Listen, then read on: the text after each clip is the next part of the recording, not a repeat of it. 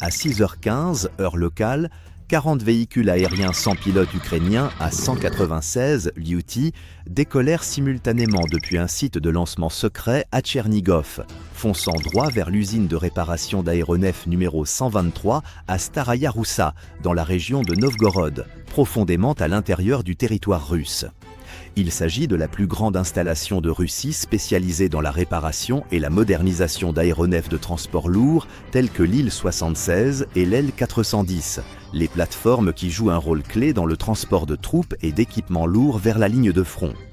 Cette opération avait été préparée par l'Ukraine au cours de 3 mois avec un niveau de confidentialité extrêmement élevé et une planification extraordinairement rigoureuse. Le plan avait été élaboré avec une telle minutie que la trajectoire de vol des Lyuty avait été conçue pour se glisser à travers des lacunes radars que le renseignement ukrainien avait identifiées à l'avance. Mais en quelques secondes à peine, toute cette situation pourrait changer. Ce que le commandant de la frappe ukrainienne ne savait pas, c'est qu'après les frappes majeures contre l'usine Aviastar, où sont produits les aéronefs de transport militaire, ainsi que contre l'usine d'aviation de Smolensk, le camp russe avait secrètement renforcé des systèmes Pantsir et S-400 supplémentaires pour protéger les cibles industrielles situées profondément à l'intérieur du territoire. Cependant, la première menace que l'essaim de Lyuty devait surmonter n'était pas des missiles intercepteurs, mais le système de radar de surveillance à longue portée Nebo-Mansieux. Il s'agit d'un système radar multibande conçu pour détecter des cibles aérodynamiques à longue distance, y compris de petites cibles ou celles présentant une faible signature de réflexion radar. En particulier, le canal VHF du Nebo-Mansieux lui permet de voir les cibles plus tôt que de nombreux radars conventionnels.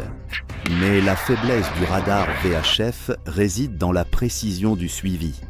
Il est très efficace pour informer les équipages de combat qu'une cible approche, mais il est encore insuffisant pour générer à lui seul une solution de tir suffisamment précise pour une interception directe. Pour détruire les cibles avec précision, le Nebo-M doit encore se coordonner avec d'autres radars de conduite de tir dans le réseau de défense aérienne. C'est pourquoi les Lyuty, volant à basse altitude et restant exactement dans le couloir d'approche calculé à l'avance, avaient encore une chance de se glisser à travers les zones d'observation les plus efficaces de l'ennemi. À 6h19 heure locale, les capteurs optiques des drones de tête commencèrent à prendre en charge la phase finale de la mission. Ils n'avaient pas besoin d'algorithmes d'intelligence artificielle trop complexes. Il leur suffisait de comparer les signatures visuelles caractéristiques préchargées afin de se verrouiller sur la position exacte de l'emplacement cible. Si le Nebo-M était aveuglé, supprimé ou contraint au silence, le reste de la frappe deviendrait immédiatement bien plus dangereux pour le camp russe. Derrière la couche d'alerte précoce du Nebo-M, la prochaine cible que l'essaim de Lyuty devait affronter était le réseau de défense aérienne moderne et dense, protégeant directement l'usine de réparation d'aéronefs numéro 123 à Staraya Roussa. Ce qui surprit encore davantage l'Ukraine, c'est que la Russie avait déjà ajouté un monstre pour défendre cette zone, le S-400 Triumph. Son radar de surveillance 91N 6e Big Bird était chargé du balayage à longue portée et de la détection précoce des cibles à une portée de 400 km. Tandis que le radar de conduite de tir 92N 6e gérait le suivi des cibles, l'allocation des cibles et le guidage des missiles intercepteurs 48N 6E à une portée de 210 km. Mais en réalité, les Lyuty n'arrivèrent pas de la façon dont le S-400 le souhaitait. Les opérateurs ukrainiens forcèrent l'ensemble de la formation à descendre à une altitude d'à peine 100 mètres, rasant le sol et se glissant le long d'un couloir d'approche calculé à l'avance. À cette altitude, l'horizon radar commença à devenir un allié du camp attaquant. Bien que le 91N 6e possède une très grande portée de détection nominale contre les cibles à haute altitude, sa capacité de détection réelle contre les cibles à vol bas est considérablement réduite, tombant souvent à seulement une quarantaine de kilomètres, selon la hauteur de l'antenne et les conditions atmosphériques. En d'autres termes, l'essaim de Lyuty ne cherchait pas à vaincre le S-400 par la vitesse ou la puissance de feu, mais par la géométrie, l'altitude et la patience. Vers 6h21, heure locale, lorsque les liutis de tête avaient déjà traversé la majeure partie de la portion la plus dangereuse de l'approche, la fenêtre de réaction russe commença à se réduire très rapidement. À partir de ce moment, tout retard dans le transfert de données du radar de surveillance vers le radar de conduite de tir pouvait comprimer l'ensemble du réseau d'interception à seulement quelques minutes, voire quelques dizaines de secondes. Et c'est précisément à ce moment que la technique de vol à très basse altitude des liutis commença à montrer sa plus grande valeur. Même l'équipage du S-400 n'avait alors presque plus suffisamment de temps pour voir clairement la menace qui fonçait vers eux. Le radar de conduite de tir 92N 6e du système opère en bande X, très puissant pour suivre de grandes cibles à haute altitude, où il peut pleinement exploiter sa précision. Mais contre les petits liutis volant extrêmement bas près du sol, cet avantage était clairement réduit. Dans cette plage de fréquence, le signal radar peut facilement se mêler aux parasites de fond provenant du terrain, des structures, des arbres et des objets environnants, amenant les vraies cibles à se fondre dans cette même couche de réflexion chaotique. Au moment où les liutis s'approchèrent de la batterie, la distance était descendue à moins de 3 km. C'était une portée extrêmement défavorable pour le S-400. Bien qu'il soit un système de défense aérienne à longue portée très puissant, ces missiles à courte portée 9M96-2 n'étaient pas conçus pour gérer un raid à une distance aussi extrêmement courte. Dans cette situation, le S-400 était comme un fusil de précision contraint à un combat rapproché, puissant mais plus adapté à un espace de réaction aussi étroit à si courte portée. Même le Pantsir S, la couche de défense aérienne à courte portée protégeant le S-400, n'avait plus guère de chance de sauver la situation. Du moment de la détection au moment du tir, ce système devait encore parcourir toute une chaîne d'actions, confirmer la cible, traiter les données, se verrouiller, faire pivoter ses armes et lancer ses projectiles. Mais dans ce bref laps de temps, les drones ukrainiens, volant à 200 km/h, continuaient à combler la distance très rapidement. S'ils n'étaient détectés qu'environ 1,5 km, la fenêtre de réaction réelle du Pantsir S était presque réduite à quelques secondes à peine. Et lorsque ce moment arriva, tout avait déjà glissé hors de contrôle. À 6h23 heure locale, les premiers liutis s'écrasèrent directement sur la batterie du S-400 et ses radars. Une fois cette principale couche de défense aérienne paralysée, les drones restants continuèrent à pénétrer dans la zone cible à l'intérieur. La zone de stationnement des aéronefs à ciel ouvert fut également touchée. Certains aéronefs en attente de réparation à l'usine furent endommagés à des degrés divers. En quelques minutes à peine, l'ensemble de la zone plongea dans le chaos. Et les dégâts commencèrent à se manifester clairement au milieu de l'une des installations de réparation aéronautique les plus importantes de Russie. Et ce n'était que le premier geste dans la série de frappes que l'Ukraine lança ce matin-là. À 6h25, heure locale, alors que la fumée s'élevait encore de la zone de stationnement des aéronefs à ciel ouvert qui venait d'être touchée, la vague suivante de drones ukrainiens poursuivait déjà son approche vers l'usine de réparation d'aéronefs numéro 123 à Staraya Russa. Le petit matin était noyé dans le brouillard, la visibilité comprimée à un niveau très bas, faisant paraître toute la zone submergée sous un voile blanc laiteux. Les défenseurs russes étaient alors entrés en état d'alerte maximale. Les systèmes Pantsir S-1 étaient activés et les équipages de combat gardaient les yeux rivés sur les écrans radars, prêts à intercepter la prochaine vague d'attaque. Mais ce qu'ils n'avaient pas réalisé, c'est que cette épaisse couche de brouillard créait maintenant involontairement un avantage supplémentaire pour l'Ukraine. Le premier signe inhabituel apparut rapidement sur l'écran. La même cible, mais dont le signal était devenu instable, parfois clair, parfois faible, comme si elle changeait constamment de position à l'intérieur d'un fond d'interférence chaotique. À un moment, le signal apparaissait à gauche, puis à droite. À un moment, à une altitude de 300 mètres, puis bondissant à 1000 mètres. Une vague de signaux qui semblait se disperser à travers l'affichage. En réalité, il ne s'agissait encore que d'un seul drone volant à basse altitude dans le brouillard. Mais la forte humidité et les conditions d'observation limitées avaient rendu la détection, la discrimination et le verrouillage bien plus difficiles.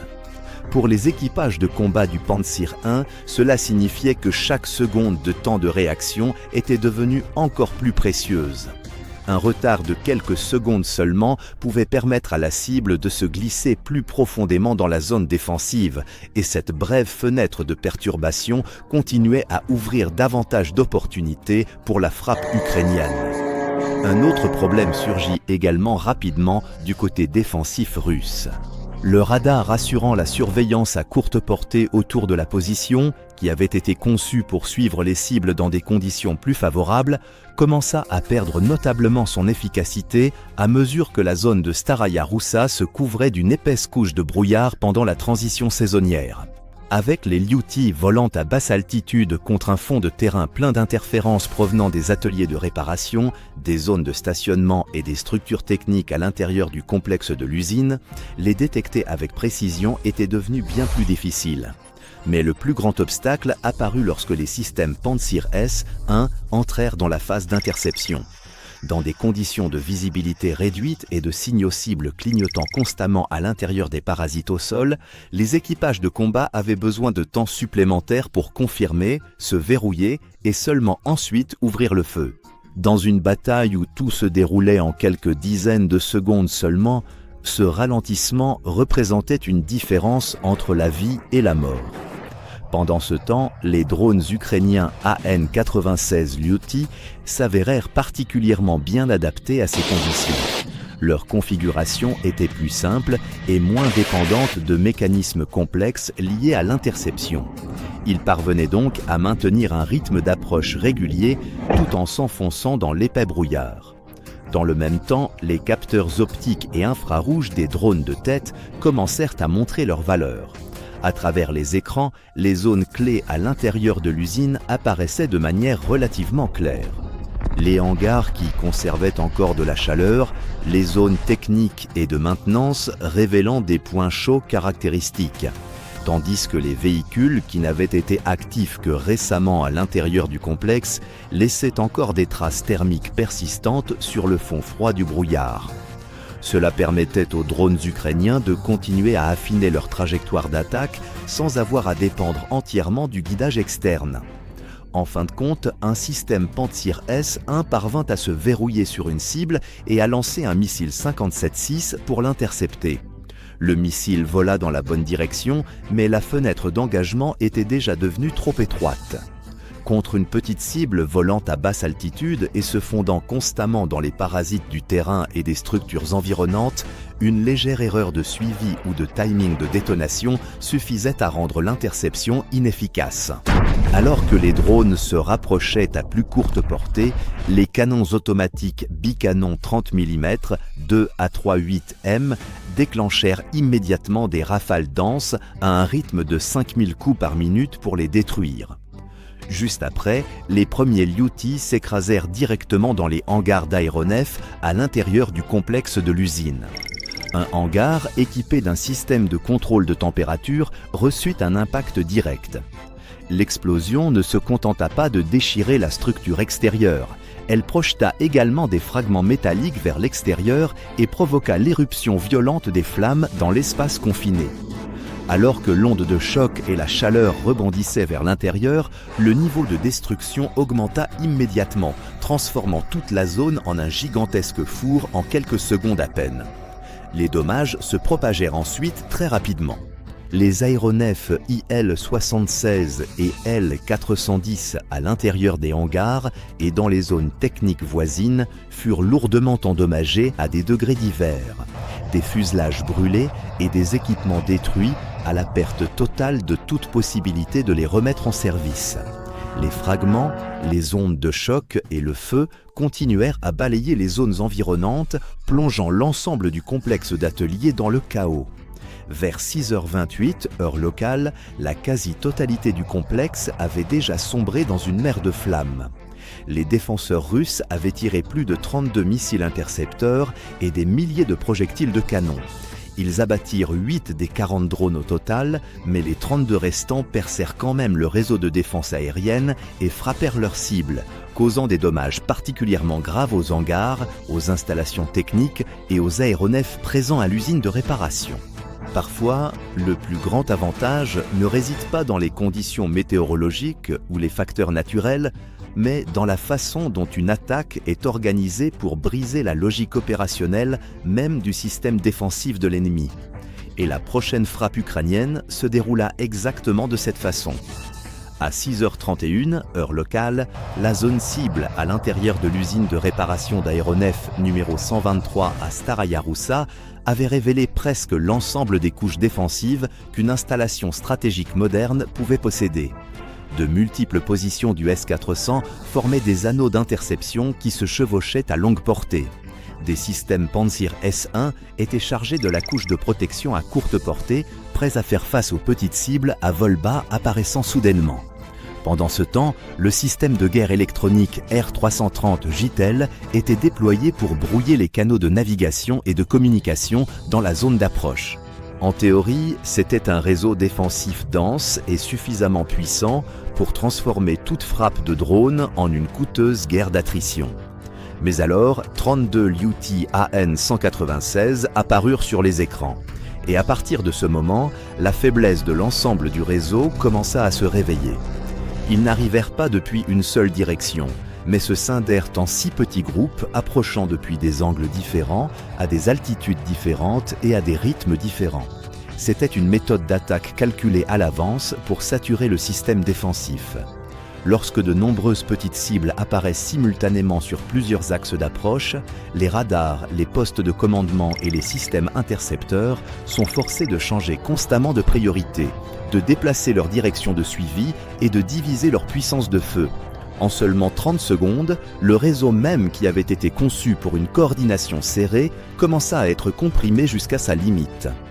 Le problème russe était que la capacité théorique ne se traduisait pas automatiquement en efficacité réelle au combat. Le S-400 pouvait suivre plusieurs cibles et le Pantsir S-1 pouvait également engager rapidement des menaces à vol bas à courte portée. Mais lorsque les 32 Liuti, divisés en 6 groupes, continuaient à changer de formation, s'étalant parfois, se regroupant parfois, l'ensemble du système défensif était contraint de recalculer constamment les données de suivi, les directions prioritaires et les solutions de tir. Chaque fois que la formation de cible changeait de forme, le cycle de traitement ralentissait un peu plus. Et ce retard se propagea rapidement à travers l'ensemble du réseau défensif. Dans un effort pour stopper la frappe, le camp russe intensifia l'activité du système de guerre électronique R330 JTEL.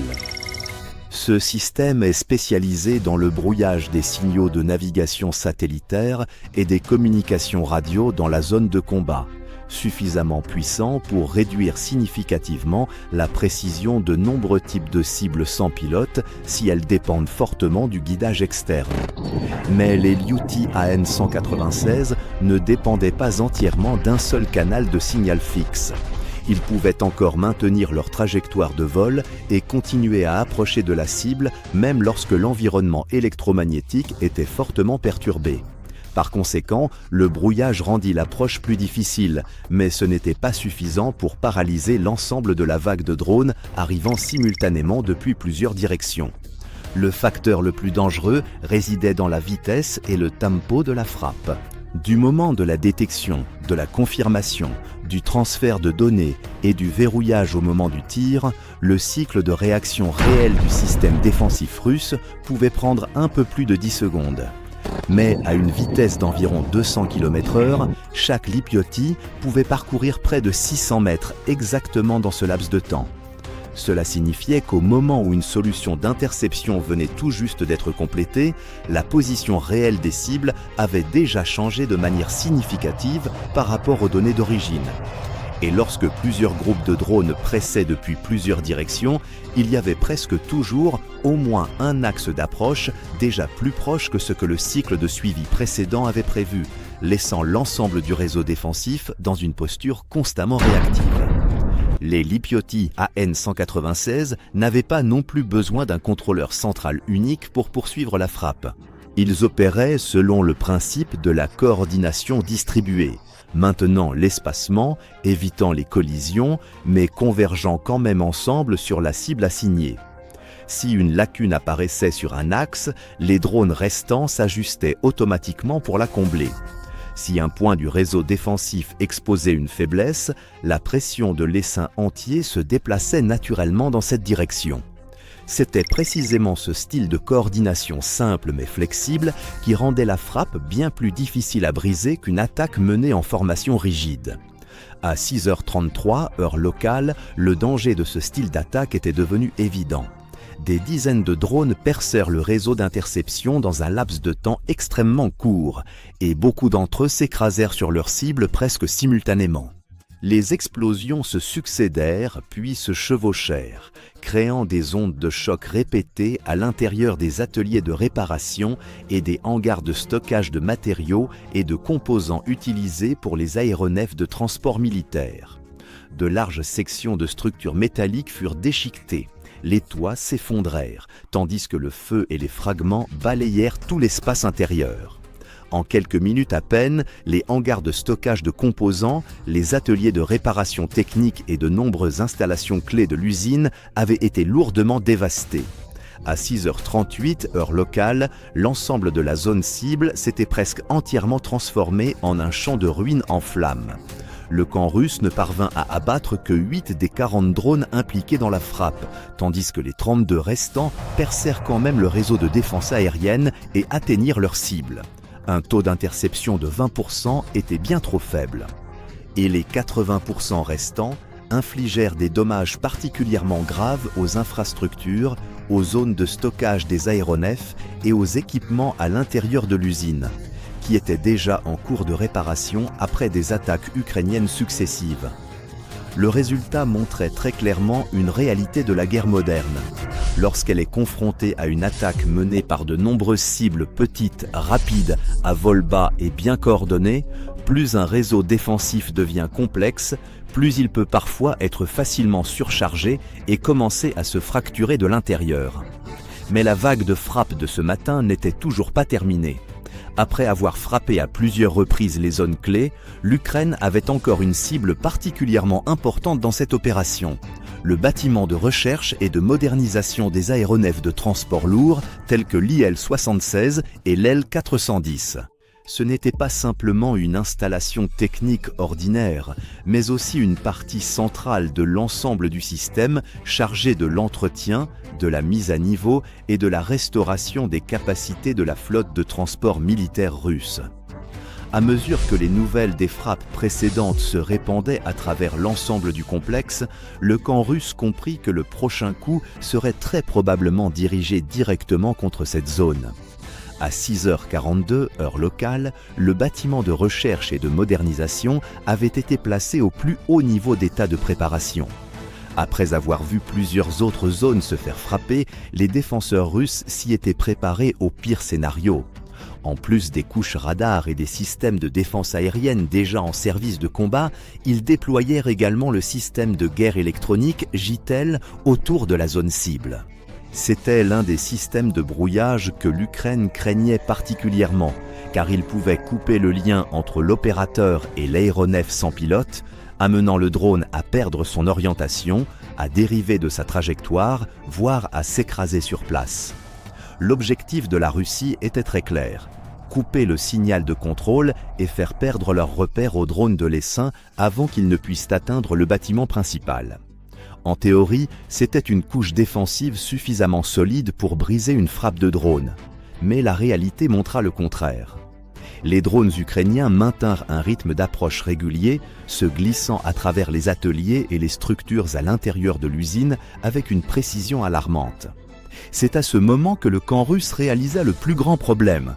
L'ennemi ne dépendait plus entièrement d'une communication continue ou de signaux satellitaires pour mener à bien la frappe. Même lorsque le JITEL faisait son travail et transformait l'environnement électromagnétique en chaos, l'essaim de drones continuait à avancer, ce qui montrait qu'il ne s'agissait plus d'une frappe ordinaire, mais d'une attaque conçue dès le départ pour survivre et poursuivre sa mission même après avoir été coupé de ses opérateurs. Ce n'étaient plus des drones qui devaient dépendre entièrement du contrôle à distance. Fin 2025, l'Ukraine avait réussi à rechercher et à introduire une nouvelle méthode d'attaque pour le LUTI-AN196, combinant l'intelligence artificielle, un système de navigation inertielle GPS et un long processus de reconnaissance discrète visant à collecter des données de terrain, des images de référence et des données cibles. Tout au long de ce processus, il ne s'était pas contenté d'étudier la route de vol, mais avait également construit une bibliothèque d'images détaillées, complète du complexe de l'usine de réparation d'aéronefs et de l'installation militaire de recherche et de modernisation des aéronefs, l'enregistrant sous plusieurs angles et à différents moments de la journée. C'était précisément ce stockage de données qui permit au LUTI-AN196 d'utiliser une façon de voler complètement différente. Lorsque le signal satellitaire était brouillé, le drone ne devenait pas nécessairement aveugle. Au lieu de cela, le système embarqué comparait en permanence les images de caméra en temps réel avec les cartes d'images et les données de terrain préchargées afin de déterminer sa propre position. En d'autres termes, il trouvait son propre chemin en reconnaissant des repères familiers, ateliers, toits, routes internes ou structures saillantes à l'intérieur du complexe, plutôt qu'en se fiant uniquement aux signaux de navigation externes. Pour la Russie, les dommages ne se trouvaient donc pas seulement dans les bâtiments brûlés et effondrés ou les équipements détruits à vue d'œil. Ce qui fut frappé ici, c'était la capacité à réparer, moderniser et maintenir l'opération des aéronefs de transport lourd, en d'autres termes, une partie très importante du système logistique militaire. Lorsque les aéronefs sont endommagés et que l'installation de réparation est également paralysée, la pression ne s'arrête pas au site, mais se propage directement dans l'ensemble de la chaîne de maintenance, de coordination technique et de maintien de l'état de préparation au combat. En d'autres termes, ce n'était pas seulement une grande explosion le matin, mais une frappe qui pourrait laisser des conséquences silencieuses mais durables sur l'ensemble du rythme opérationnel de l'industrie de l'aviation militaire russe. Si vous avez trouvé ce scénario intéressant, appuyez sur j'aime, abonnez-vous à la chaîne et activez les notifications pour ne manquer aucune des dernières analyses militaires. Et laissez votre commentaire. Selon vous, dans quelle mesure ce type d'attaque en essaim coordonné va-t-il continuer à changer la guerre moderne? Au revoir.